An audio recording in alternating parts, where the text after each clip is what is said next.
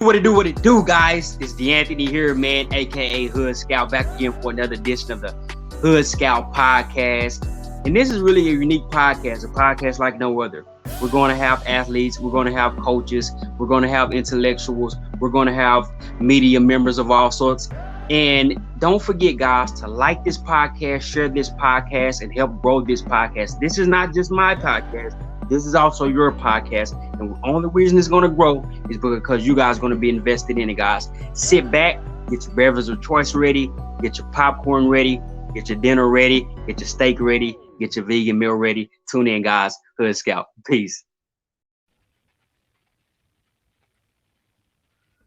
Hey, what it do, world? Welcome back to another edition of the Hood Scout podcast.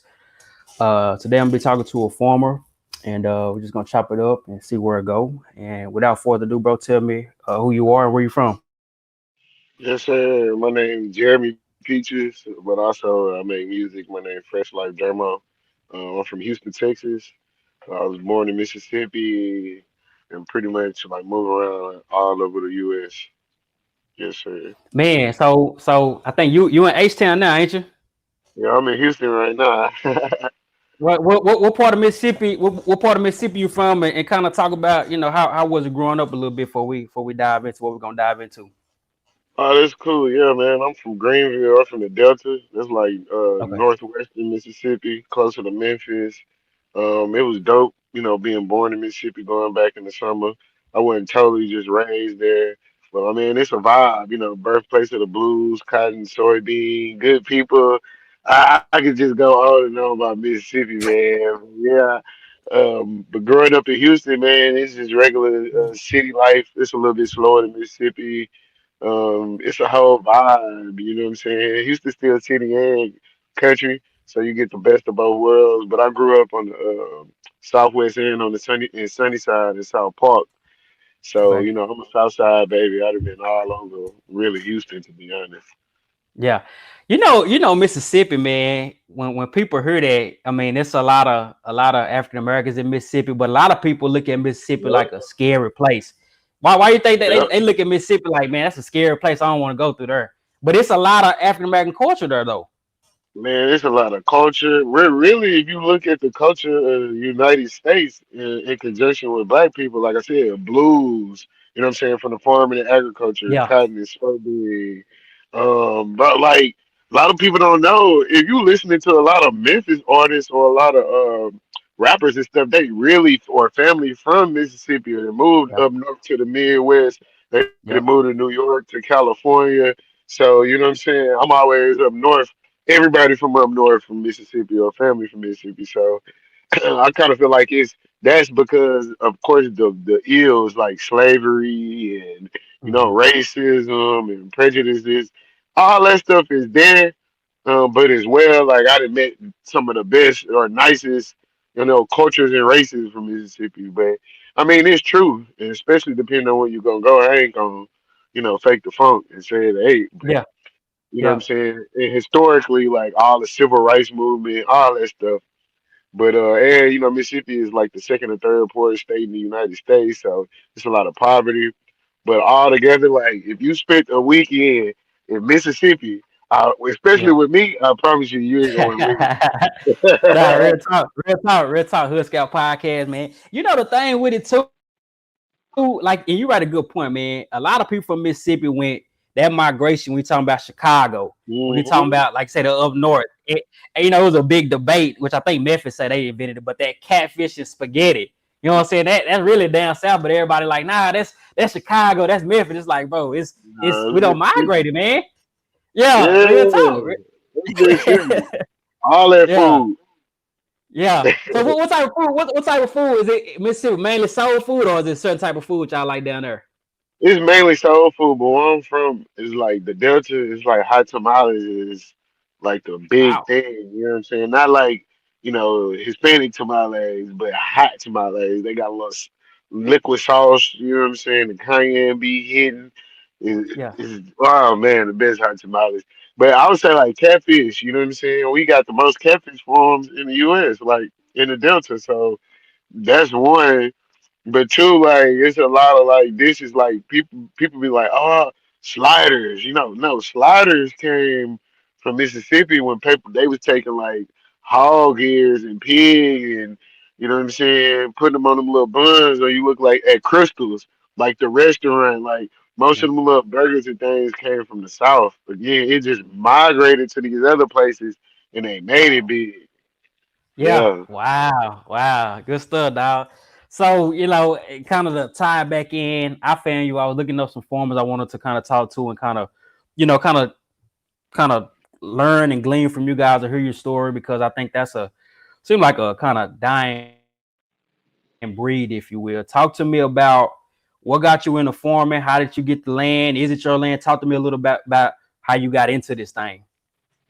I mean, but it's a twofold. My real last name Peaches, like so, like the fruit, like a fruit tree. So Mm-hmm. later on, I'll tell you the historical significance of it. But I like in Mississippi, bro. A lot of people, especially older people, even my grandparents, they got big gardens, like big Yeah. gardens, or they into Yeah. farming or growing their own food. Like that's not nothing obscene, you know what I'm saying, or weird than somebody in the city. So I grew up around it. Like we took care of gardens and stuff. But like I said, we migrated to Houston, and my fondest memory is seeing them but fields and stuff like that coming to the big city. But growing up in Houston, I used to trail ride, rope. I had horses, so I was Oh always yeah. involved in agriculture to that extent. And during my time period, going out to college or whatever, because I went to Prairie for agriculture, I Okay. interned for the USDA for DuPont for Hold a on. lot of. Hold on. Hey, we gotta chop that up. How was that, man? Because that's an experience.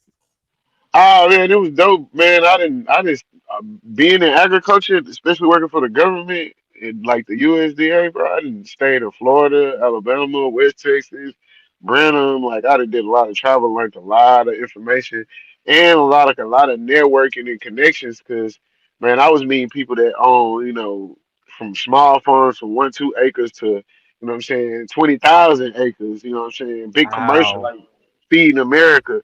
So me working for the government, I was able to see how the ag industry is and the opportunities really to make money and what I'm saying, travel and how to help hella people out. But working for the government, like I said, it's one of them things like you got job security, but it's like, what I'm saying, what's your goals? Where do you want to excel? So that Yeah. was a good chapter and period in my life because when I graduated, I actually like I said, during the summers, and then when I get out of school, I worked on a farm in Houston, in Sunnyside, where I was riding horses.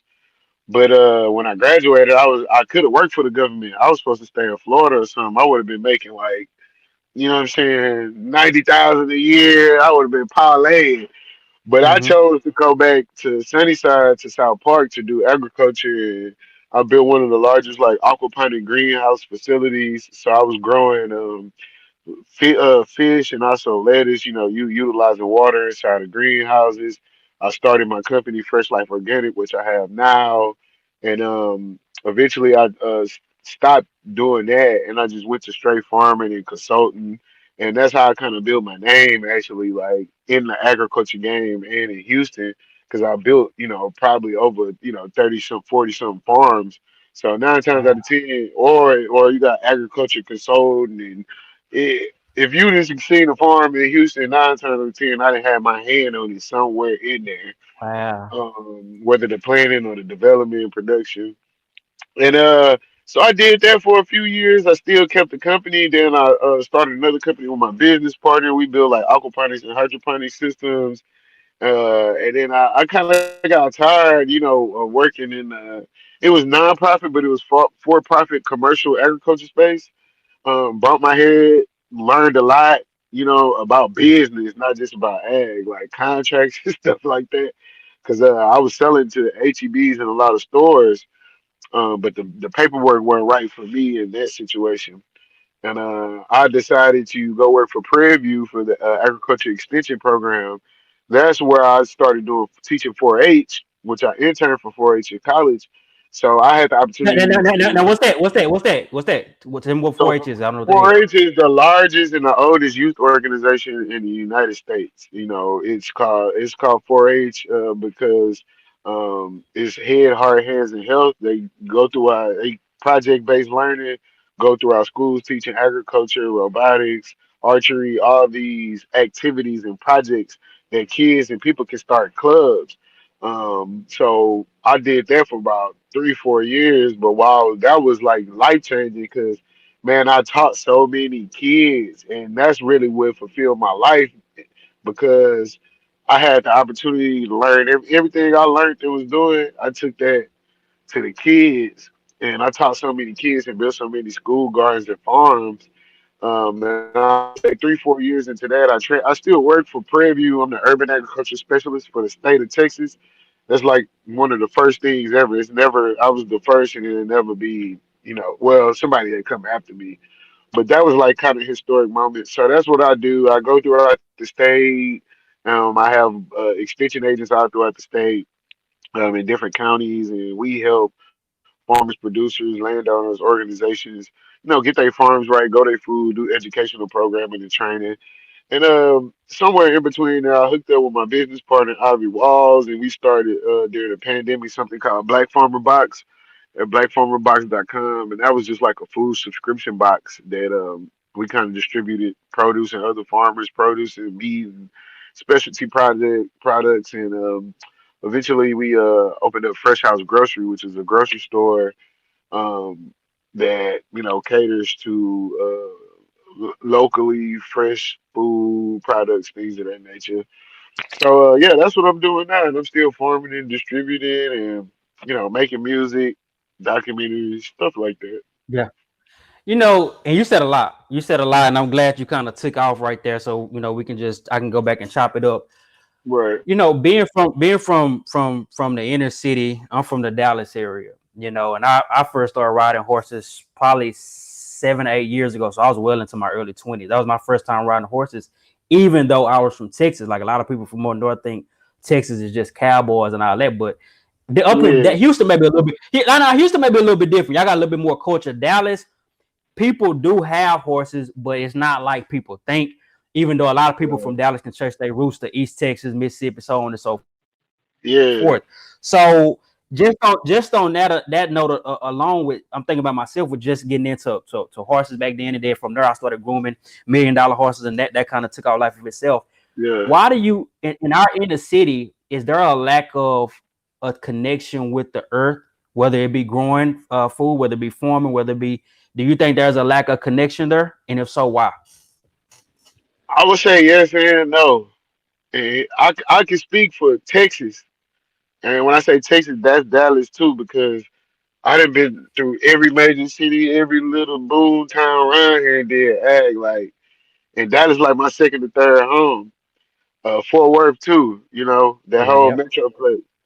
Um, I would say yes and no. One, because like our landscape, it's not enough space. Well, it is enough space, but you got like a lot of residential neighborhoods, lots, stuff like that.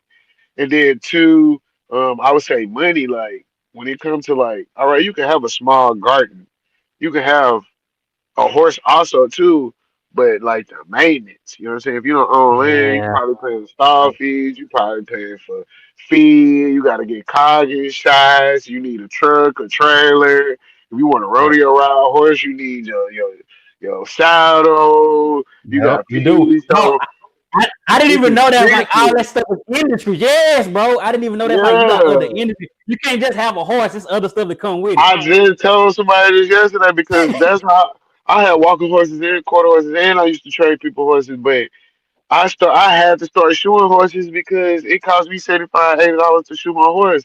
I'm throwing shoes every 2 days. So Oh, then that's when I started understanding, and I'm glad I just had this conversation with a young man yesterday. This is divine. We are not from we're not connected to the land, one, because of history. They never did want us to own land, have control, and the economic wealth or generational wealth to take care of it. I have all kind of friends, black, white, Jewish, Asian, no matter from everywhere, and some of them have generational wealth and money, some don't. Some got their bread on the back end and they took care of it. But my best friend, his dad is a millionaire, but he didn't start off a millionaire. His parents wasn't, and he worked his way up. Now they got cattle and Mahare, Fairfield, Texas. But when his old man passed, or if he wanted to get involved in rodeo or anything, his daddy got the infrastructure and everything he needs. Or if he passed on, it's gonna pass on to him. So that's Yep. where we're lacking in. We don't own anything, nor do we have the economic viability. And that's not all everybody. And I don't want to even just put it on black people at that. I would say it's about 65 or 50% of man know what's going on, trying to make something work, volunteer and doing stuff, and then it's 50% people that might be in it and have the means to do it. But Mhm. I say it goes back to history and generational wealth Yeah, access. yeah. What- Yeah, 14 minutes in Hood Scout podcast talking to Jeremy, man, a former and so much more musician. This first time we on here, but I think it's flowing. Is there a Yeah. from an educational piece? I've said this to myself that if I had a teenage son, really, I got a daughter, but any age, I would want my kids, children to get a knowledge in agriculture. You got Prairie Right. View. I think Texas A&M is another one. I know there's a couple HBCUs that are known for that type of thing.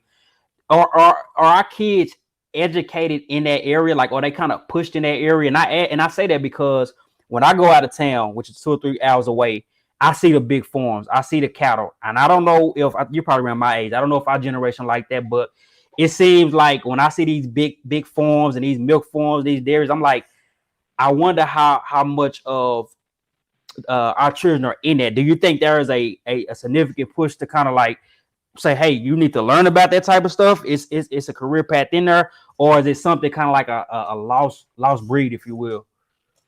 I say it's a combination of all three. It's Okay. you got a lost breed. People probably was involved with it. Family had it. Now they don't want to deal with it. It's too much. I don't care. It's hard work. And Yeah. also, I just do it. Then you got a whole group of kids that's involved in the new age of agriculture, like on TikTok, technology, clothes. Mm-hmm. Even me, I made farm music and farm documentaries. So they into it. And then you just got some that's just not involved in it at all for whatever reason. Like I said, mainly socioeconomic. But schools like I travel a lot again, so I can go to in California, you know what I'm saying? They're trying to institutionalize curriculum. So that means when you go to school, you have at certain your middle school, elementary school, you have to take gardening and nutrition education. So Yeah. I think it's one of those things that our school systems have to adopt more interactive educational curriculum, Mhm. especially surrounding around technology, the arts, and also economically and business. I think the way agriculture was viewed 3 years ago and back versus now is different things. And the view has always been as it's something that it's Caucasian or you have to be a certain socioeconomic class or group to be involved in agriculture and farming. And I think here now we're seeing the emergence of, especially some people say, Hispanics and black people was brought here to do ag and labor pool and stuff like that. But I think now we're starting to see the generation like mine and going forward, my nieces and nephew, they want to be involved from a survival standpoint, from a money Yeah. standpoint, and it's just like where we come from. We come from like being connected to the earth and stuff like that.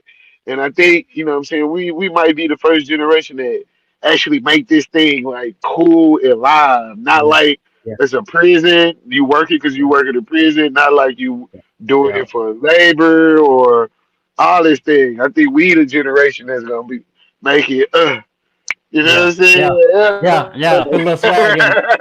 Yeah. Yeah. Yeah, Nah, real that's all talk. it's Real missing. talk. And once we Yep. do Yep. that, everybody else go follow line. And COVID played a big part because people was Yeah. at home and also people couldn't buy groceries and in Texas, and especially in Houston, you got hurricanes, you got things of this nature. So you're starting to see the emergence of people wanting sustainability and access to food, and you're seeing how food is affecting people's lives and how it's raised. Like you're just seeing a huge shift in American culture, and you're gonna have a quarter that's with it, or a quarter that don't know what's going on, and then the rest of them they just don't care. Yeah. You know, Yeah, yeah. About 20 minutes in, man, Hood Scout podcast. And I do think the younger ones are starting to get into it. I know, like, I kind of follow some football, high school, college, and some of the guys, they'll be like, hey, my dad got cattle, or and I'm like, man, I like that. I like you to be, a young brother that's into something that's different. Let me ask you this. Speak a little bit about some of the crops that you raise. Where about is your farm? What type of crops you done got your hand dirty with, and then talk to me about. I seen on your page you had a young man that was, I think you said going to Prairie. So talk to me about that. I don't know if that's a program or Oh you yeah. mentoring. Talk to me a little bit about that. Yeah, so I mean I grow seasonal organic vegetables, so whatever's in season, I pretty much grow it right now. We're growing watermelons, cucumbers, and squash. And in the fall we do greens and, whatever might be in season at that time, depending on the weather. So yeah, that's what I just got through doing now. We harvesting squash and cucumbers to, take to go sell tomorrow. So I pretty much grow. I used to grow in Roshan, now I grow in Kendleton and also Somerville, Texas. That's like right behind Texas A&M. And we got some stuff going on in the city, some gardens and the store and stuff like that. But we've kind of transitioned, not from just being 100% urban to being 30, 40% urban and 60, 70% rural, just because, we probably growing about 30 acres right now. Um, but in terms of like what we doing with kids, like when I started Fresh Life in 2016, 17, it started off because, like I said, I had a house, I had a greenhouse. I was like health wise living super sustainably. I didn't want to really go to the grocery store, so I just started growing my own food and eating what I grew, saving bread. And then when I started the company, I was like, man, I want to start this company not only for my family, it can be family owned and operated, but for my community. And I can provide produce and things of that nature. But then eventually went into like, all right, economically, like it's kind of expensive. So when I started the business, my whole goal in mind was to one, I want to not only hire people who can't get jobs, having a hard time to get jobs, or people trying to make some extra millions, you know what I'm saying, on the side outside of their daily lives, and you got some food to eat if you need it. One of the biggest things I took on was actually mentoring and philanthropy. So we do a lot of philanthropy farm wise, whether it's donating food, working with young men and women, and or providing um, seasonal working jobs. So we had a young man, and he was in 4-H, he was in FFA, showed cows, did all this. So for the last 3-4 years, we've been like, whether it's giving him money to be able to buy the cows that he need or feed, or he needs just things in general around his education and or being involved in agriculture. So we went through 4 years, man, and this kid graduated, went top of the class, won so many shows. He's going to Prairie View now. He's going to do some work with us, and it's just a blessing to be able to mentor that young man, Joshua. And now his young brother's coming up. We're gonna get him, and just continuing to reinvest as much as we're blessed. So the more we bless, the more we invest, and we want to be able to not only have a vertical integrated system in terms of how we operate and do business, but we want a vertically integrated social system on how we do business and how we affect people's lives.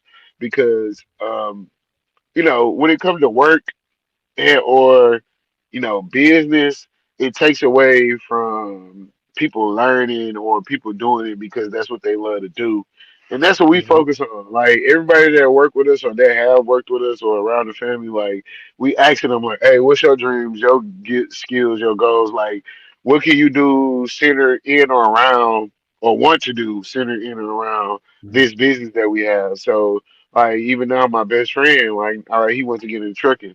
We are already moving loads of produce. So, hey, let's try to get you to where you need to be so you can help us. And then when we all get big, we'll grow together. And that's how we operate, period. Yeah, Like, yeah, yeah. nothing less with any and Hmm. everybody and everything because, you know, being involved in agriculture, especially farming, you have to be intentional. Anything can happen. Storm, sun, heat. So we just like being intentional and like investing in terms of teaching and education. Good stuff, bro. Good stuff. 23 minutes in the Hood Scout podcast. You said something I thought was fascinating. So you said, when you wanted to have it where you grow your own stuff, you only gotta go to the grocery store. I Yeah. probably 89 years ago, I got health conscious where I was, what I was eating, whether it be incorporate more greens, whether it be organic meats, that side of things. Talk to me about that side of things, man. Our food source, I don't know your views on it. I'm pretty sure I can guess, but the food source is jacked up if you pay attention and watch some of these documentaries. How important is that forming from the aspect of eating clean and eating sustainably? Oh man, that's very very much important. And I have everybody. I don't like I said when I talk a lot of time, I try to talk specifically because I am African American in congruence with our race and our culture. But on a bigger scheme of things, this food thing has nothing to do anymore with race and culture, because all races and cultures are being affected by food now. And depending on Yep. where you stay, now it has more to do with your socioeconomic situation. So, and your location to access of healthy food. So, the thing about that is how food's grown. Nobody knows. Everybody go to the grocery store now. So where did Yep. your food come from? How was it grown? Yep. So Yep. nobody knows. So it's an education part, and when you understand the food system, you understand where you lie and how it affects you. For me, because I know what's going on from grassroots, mid level, semi, and commercial, I can tell you right now that commercially, our food, in order to grow food, they use certain things that over time affects our body. So whether that's the use of herbicides, pesticides, or fertilizers, which I'm not knocking all that stuff. I'm not with it. I don't use it. We don't use none of it. And I'm not knocking it either because I do understand what it actually takes to grow food commercially and the process that it takes, even if you use that stuff. But what happens is there's no real oversight or there's no real understanding. And even after food is grown that way, it still has to get to certain points from A to B, and it gotta last. Produce don't last Mhm. long. It's gonna last 3, 4 Yep. days. So, Yep. whether it's them using wax on apples and fruit when you go to the store and it looks so shiny and good, it don't even look like that outside. Yep. Everything looked good, Wow. and Yep. so but none of it's tested. So you don't even know, especially with them using that the nutrient density or the nutrient content in it once you eat it, and that's really the issue and the problem. But to stop right there, the other side of this thing is supporting local farms, growing your own food because you can never 100% grow everything in season to get what you want. Bananas don't even grow in the United States, but people need Wow. bananas for potassium, and there's other Mhm. fruits and vegetables. But you might stay in the South where some crops just don't grow because of weather, right? So it's just knowing and understanding where your food coming from, how it's grown, and knowing and understanding that the best thing you can do is to grow your own food on a small level, mid level, or your herbs for subsistence and to support local farms and gardens and read labels and you know even after you get your food is how you prepare it. So that's just one of them things that it's not like the 30s and 40s when people was growing their own meat, Yeah. growing their own food. It's 2024, so you got to kind of like, you know what I'm saying? Just take care. I hate to say it, like, you just got to take care of yourself, like, from the sense of Yeah. if you can, get your doctor's appointment, but if you can, grow your food, and whether small, Yeah. not everything, or add a Yeah. little bit more of that to your diet, it helps out. Yep. That's all I'm saying. Yeah. You know what I'm saying? But Yeah. in reality, you you could go to the grocery store and some greens gonna look good, but unless you take it to the lab, how do you know the nutrients in it? Because you're eating for nutrients. We're not eating to be full, and we're eating for nutrients.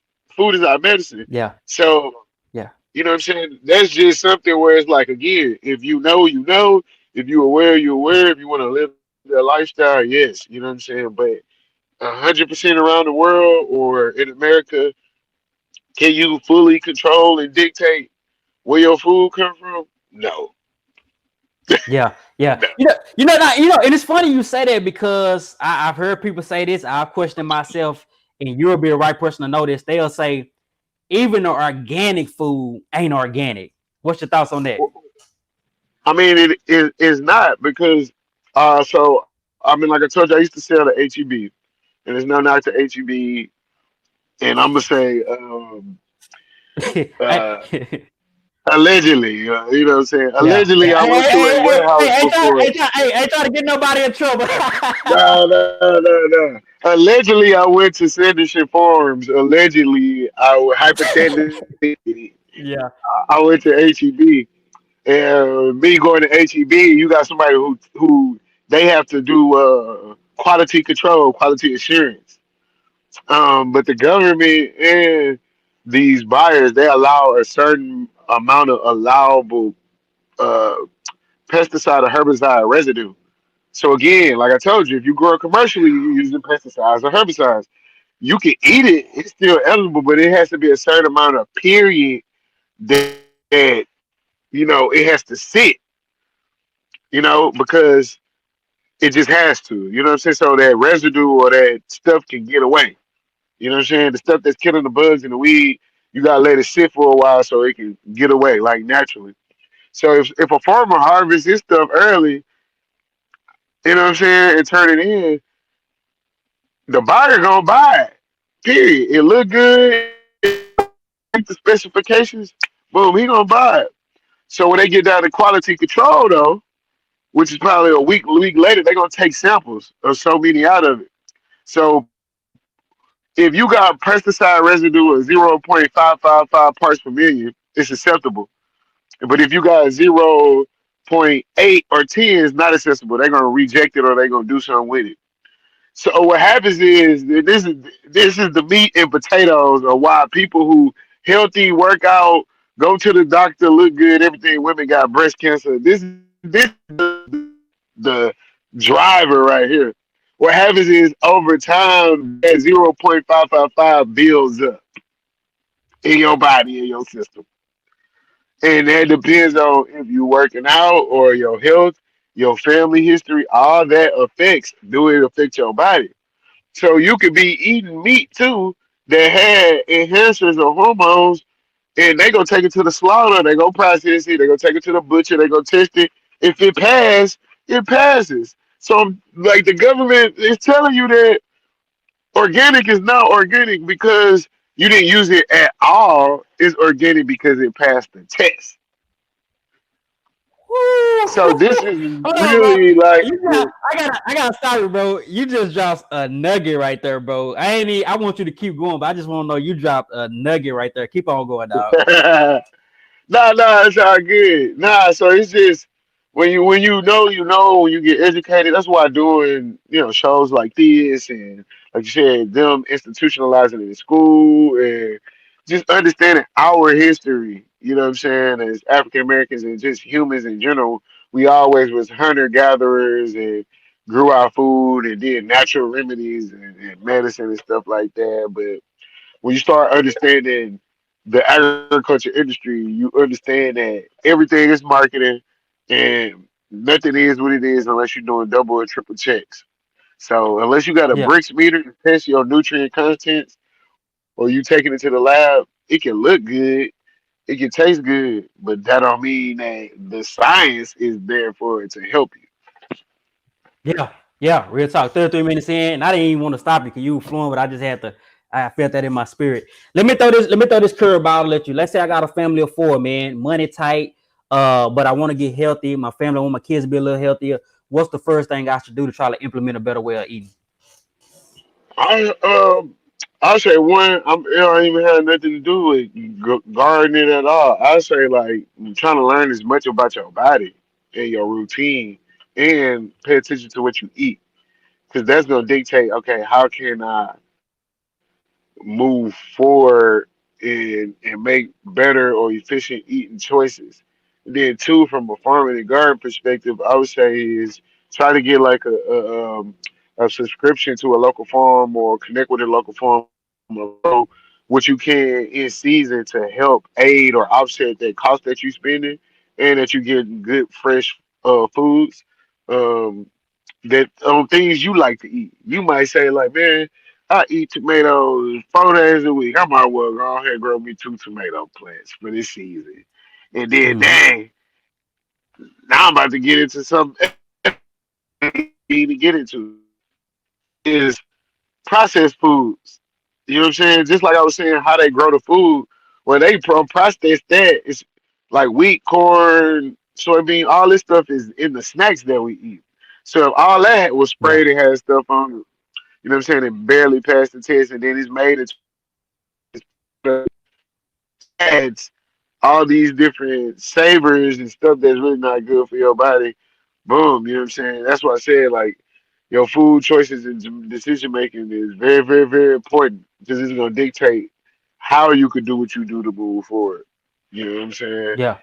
Uh, yeah, And I think the sad thing with that, man, is you growing up, you didn't know that. So you grow up eating the Cheerios and eating this Hot Pockets. And I watched a kind of a documentary video last week where a guy was saying, I thought you know the name better, is it Glossophat?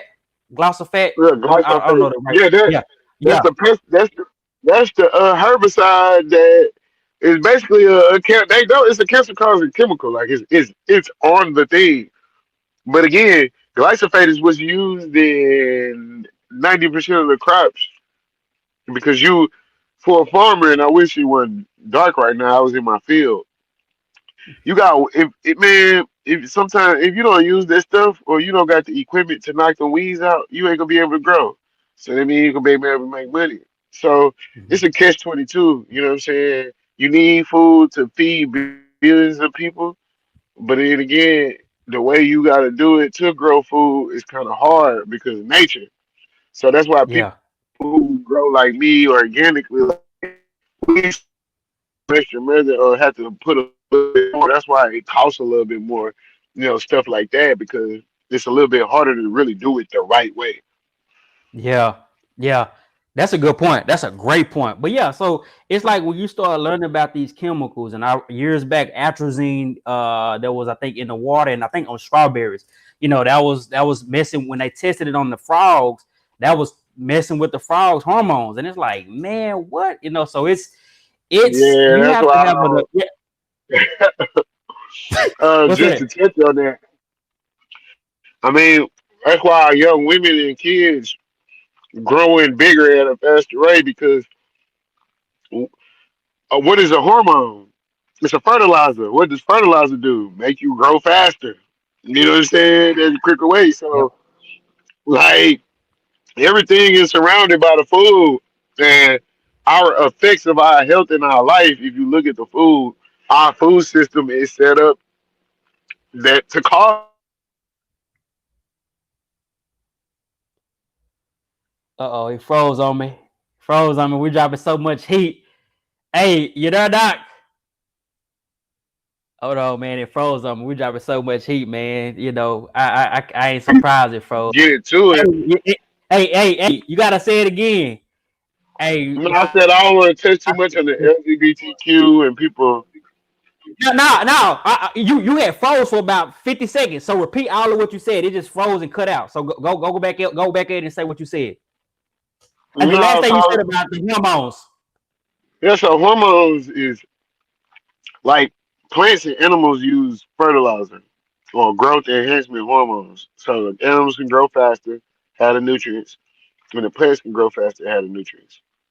So what happens is you eating this again with that residue, it affects young women, early periods, bigger bosoms and butts and body, right? And also our organs growing faster, which is not matching up to our hereditariness and our likeness. Young men, um, and men too. People wonder why your sperm count low. You know, you Yep. gotta go get a honey pack. Yep. You know what I'm saying? That you need the nutrients in the food. It ain't in there. Yep. That was funny. But you know, boys, young boys and stuff. The hormone atrazine is associated with a female hormone. And so when you got a male who's heavy testosterone based, then now they're getting more estrogen. Uh, all right, Yep. I ain't gonna say no more on that. For Yeah. women, some women, and you starting to see a lot of women these days with extra hair, right here, and all this hair, they are having reverse. Double estrogen creates testosterone. Wow. So it's like we all got a certain amount in it by our genetic makeup, but when you start adding these things, you playing with your RNA and your DNA, genetic coding. Yeah. Yeah. That's powerful. Man, we're 40 minutes in, and this is a legendary episode, y'all. As far as just the knowledge is being dropped. If y'all don't know some of this stuff, look it up. Look up what atrazine do. Look up what's in the Fruit Loops. We ain't got on coloring in the food. Look this stuff up. Everything he's saying is on point and it's powerful. And let me ask you this, man. And I know this is softball for you because of the steroids in it or whatever. But I noticed years ago just the size of the chicken. And we know everybody loves chicken, but we know our people love chicken. That was like the first wake up call to me where I'm like, bro, why is a chicken wing the size of my hand? Speak a little bit about that. Is that typically from the steroids in it? Yeah, it's from the steroids in the feed. Like I said, I just told somebody this yesterday. We eat meat in plants. We eat the animals. The animals eat the grass and the feed. It's a big cycle. So if they eating bullshit,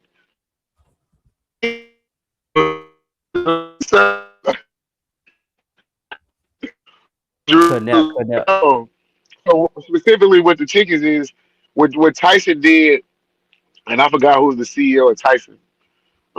Tyson and Purdue commercialized the chicken industry and the hog industry because China loves our meat. They love our hogs. They love our chicken. So what happened is about 30. I can't forget it was if it was the 80s or the 90s. They basically came up with a method of growing chickens faster by containment. They was already growing them in containment, confined spaces, but they changed their feed ratio and they did a process when they commercialized and grew because they had to monopolize the meat industry. So they pretty much it used to take from it used to take from egg to chick, uh, 28 days. Now they can do egg to chicken, like the whole what's it like again. The egg to chick was just like, oh, it's gonna take like 21 days, maybe 28 for the egg to hatch. Now it takes 28 days before you could process to eat, to slaughter. Wow. So that's really what happened. The food industry changed, and they changed their model Mm, because they had to grow more. It was more competitive, more competition, but they monopolized because the commercial industry brought out a lot of farmers and farms. So now you got a lot of farmers or animal producers. Instead of them owning their farms, they might own the land, they might own the building, maybe, but they're getting their chickens from the person who's selling it now. They just growing them out and feed it. They getting the feed mm, and they getting the chicken. mm. So I try to relate stuff sometimes to the streets. It's almost like somebody fronting you and give you everything you need, and you just paying them a quarterback. Yeah. Is that speak on this, and I don't know how controversial it is, but I heard before that they was giving these farmers money not to grow. Was that ever a thing? Oh Or yeah, some yeah. sort of okay, speak a It's little bit called about that. it's called subsidies, and also like now you get into climate change again. But what you got to understand is the food industry is the government. and to some Yeah. level. So you got big corporate owners, Yep. then you got the government in between. So what happens is the government is the only person who sells commodities. Corn, wheat, soybean, all of this is traded on the stock market. But the government inspects it. Like you got to go through inspection, and they dictate, you know, where it go and how much it go. So government got their hand at every level in the ag industry. You know what I'm saying? But when it comes to growing commodities, that's your big, huge commercial farms. And what happens is, uh, now we get into economics. If right now in July you got 100 farmers growing the same thing in the same area, all in the U.S., everything. So I mean, we done grew so many millions of billions of corn. Well, what happens is that price of corn gonna drop because everybody got it. So if that price drop, the farmer not gonna get paid, so he gonna hold on to it in his bins till the price go up. Oh wow. So the government looking at that because if that price drop, that's good for them because they gonna take it and they can sell a whole bunch of it somewhere else. But if the farmer hold on to it to the almost the end of the season where it's a lot of scarcity, their price is gonna rate up. Farmer gonna get more money. The government they gonna get their cut regardless, but the country or whatever that they selling it to, that's who really gonna lose out on the back end. So the government, the USDA gives subsidies for people not to grow for conservation, for market reasons, and for like climate change. Now these days they're doing a lot of climate change. But yeah, you get paid. I mean, if you got you know 100,000 acres, and the government give you $3,000 to $4,000 per acre, which is almost close, if not more, or I mean almost close or a little less than what you're doing. So if you got if you have like 100 dudes that are commercial companies that got you know 10 to 100,000 acres, I mean you do the math. Like it's Yeah. no, I'm not gonna farm. I'm gonna be chilling, Yeah. Yep. Yep. collecting a check. But Mm-hmm. that's nothing. But the downside of that is the government don't give subsidies to vegetable producers, people like me. You know, and that has to do more with labor. You for vegetable crops, you need labor, Yeah. and when you get into labor, you start getting to Hispanics, H2A, all this stuff that Yeah. nobody ever really talks about. Yeah. Let me ask you this, and I want to be mindful of your time. We 47 minutes in, man. So if you ready to just you tell me, hey, we done, let me know because I don't want to just keep carrying on. But it's fascinating to me too. Have you studied or been around farmers in other countries? You know what? That's the only thing I haven't done. Right now, Because I'm I'm thinking about donating like to. Mexico or Africa, and I'm wondering, do they practice what we practicing? Nah, like to be honest, other countries are way more advanced because they countries are based off ag. Yeah, when it turns to ag, like so, you will have way more people involved in agriculture as is normal because that's how they make their money. And also too, like they might not have hella tools or labor, but man, but productivity is way higher. Most after the when the industrial revolution came after the Civil War, and as black people quit being labor and not want to work in the farms in the field, equipment kind of took over a lot of that.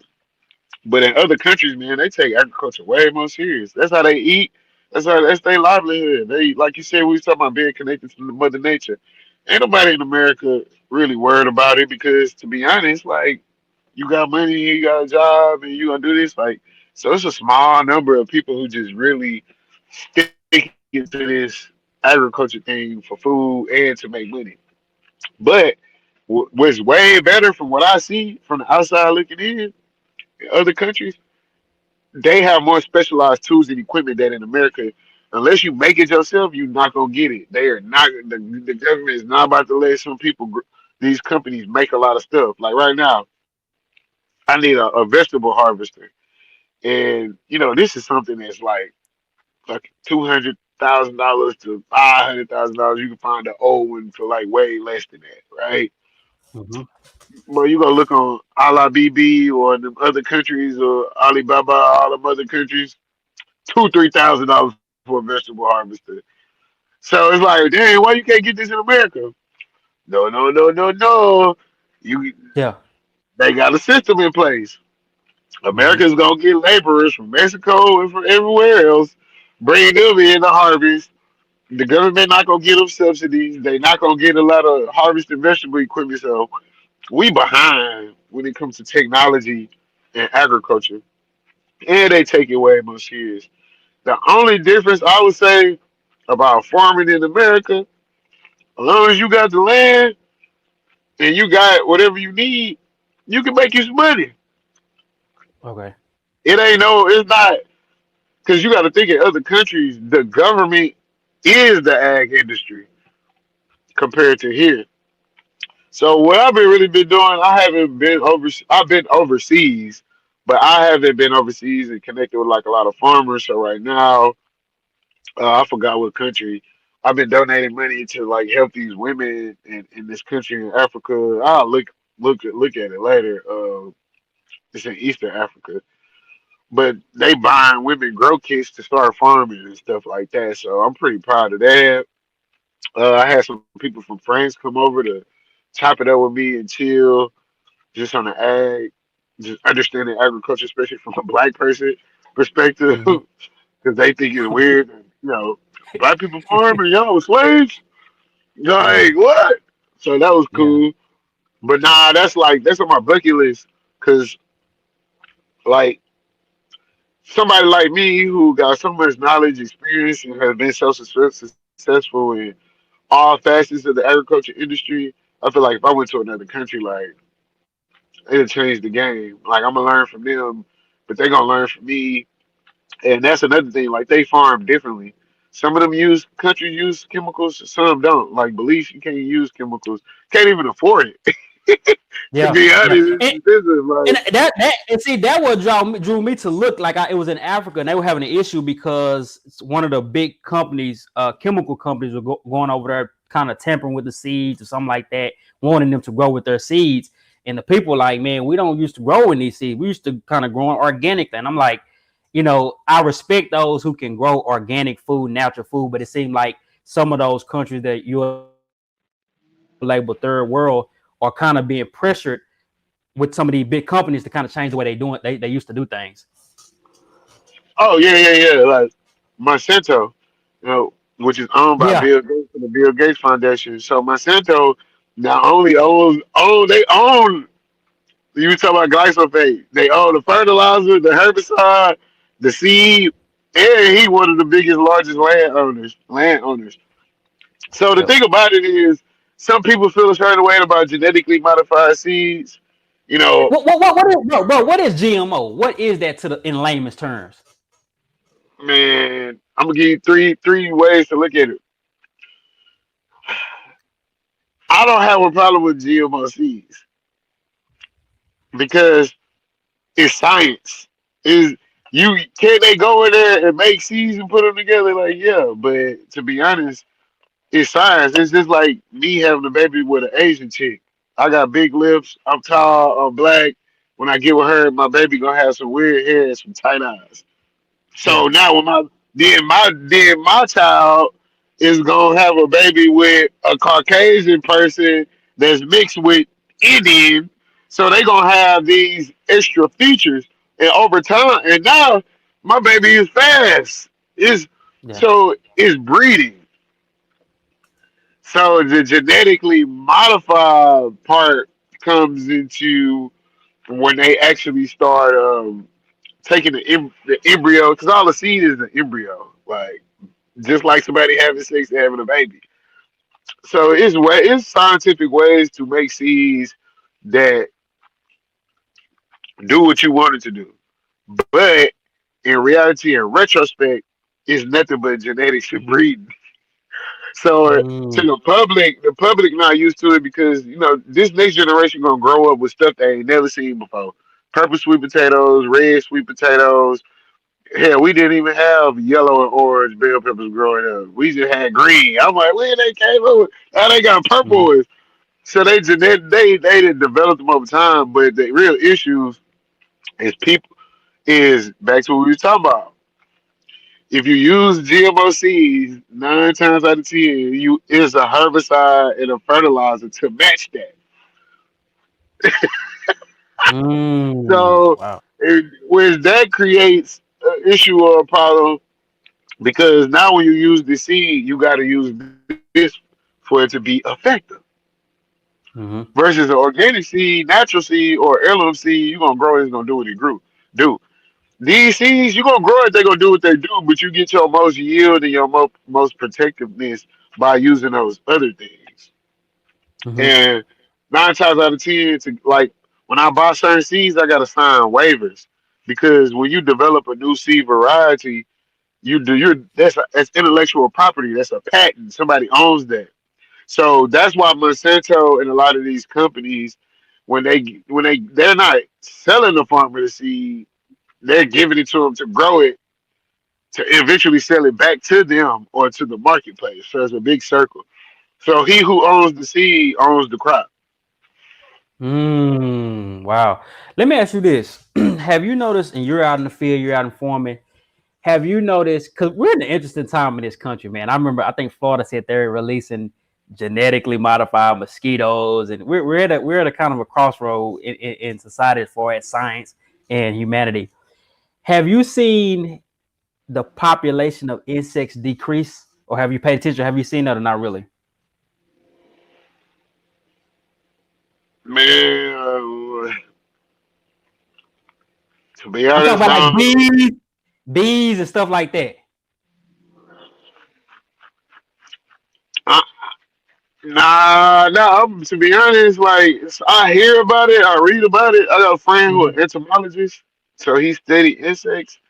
But I haven't really paid attention to it. And the reason why I'm skeptical on it is because when I went to Chicago, even right now, I just started back seeing fireflies. But like two Yeah. years ago, I have not seen a firefly until this year. And since I was in Mississippi, that's like over 20 years ago. Yeah. So to me, I'm looking at the world right now, like man, I think it's like I'm looking at hurricanes, floods, whatever. I think it's rebalancing itself. Okay. But I'm gonna be honest, like again, all these chemicals and things affect your bee population and you know insects because you need it. You need biodiversity or ecosystem to be able to survive around plants, animals, and all that. But Yeah. I heard Yeah. and You I can. read something on it, but I ain't paying attention to it. Okay, yeah, that's why I say let me ask him because he got his hand in the field, so he would know. But I know in my life, I'm like, I don't see insects like I used to. Let's get ready to wrap it up, man. We're hour in, so we're ready to wrap up. Tell the people where they can find you. They might want you to come speak to their school. They might want to do some consulting work. Where can they find you? Give your website. And yeah, I think we can probably wrap it up. We put an hour. I think that's good enough. We can wrap it up. So yeah, tell the people where they can find you at. Man, you can find me on Instagram at Fresh Life Organic. My personal one is Fresh Life Germo. FreshLifeOrganic.com, BlackFarmerBox.com. Google me. Yeah, man, I'm almost everywhere. Just put And, it and, on, and, put it in the search engine. yeah, Fresh Life Organic. And before we end, man, talk a little bit about the documentaries. What type of documentaries that you do? I want to hit on that before we leave too. Oh yes, I'm on two documentaries. Well, one on Hulu called "Your Attention Please." It's just talking about my life and a lot of stuff what we're talking about. Uh, um, as well, I've been on Revolt talking about what we're doing with the grocery store and farm and things. But I make documentaries and I do a little acting with my manager. His name is G5. He has 5 Cast Productions. So we do a lot. Me personally, most of the documentaries that I, shoot, direct, and edit, my music is it's intertwined with it as a social thing to teach about either gardening or farming or just social stuff. You know what I'm saying in business, and so they're mainly just based off like my life, farming, gardening, or whatever the surroundings may be. But the two documentaries that I just released, um, which is called Life of a Farmer, one and two, it's basically just about farming and gardening in my life. Mm-hmm. Mm-hmm. And then what was I seen the video you was talking, man. You was up there on the podium. Where was that event of? I think he was part of the African American Health Coalition. So yeah, I was the what you call it, a headliner speaker for the African American Health Coalition. They had a conference this past year, man. It was packed, probably $500-600. $500-600 people, and I basically, as a keynote, just talked about farming and gardening. But I spoke on really like where we came from and where we are right now and where we going, and just the importance of just getting connected to the land and the importance of this time and right now. Right now, we're at a pivotal time in the agriculture industry, and in American African American people who can really change and impact some stuff. Like for real, like the time is now, and you can do it yourself. And it's always gonna be better going along with a whole bunch of people. But I'm just encouraging people to use their gifts, their skills, and their power to do whatever you know God put on your heart and your mind. Like it might even be jump roping, be the best jump roper and go teach somebody. But I also like just spoke about the importance of like, man, the quicker you get connected to the land in some aspect, whether it's going outside looking and down the soil, trees, like the more you're getting connected back to our true selves. Yeah, yeah. Well, hey, we're gonna end it right here, man. That's a wrap, man. An hour and a minute long Jeremy Peaches, man. Hey, appreciate you, brother. I'll send you a EP if you well, I don't even got I can get pictures from you online, but appreciate you, brother. Appreciate the knowledge, man, and keep growing in your craft, bro. So much love, fresh life. Have a good day. All right, all right, bro. Peace.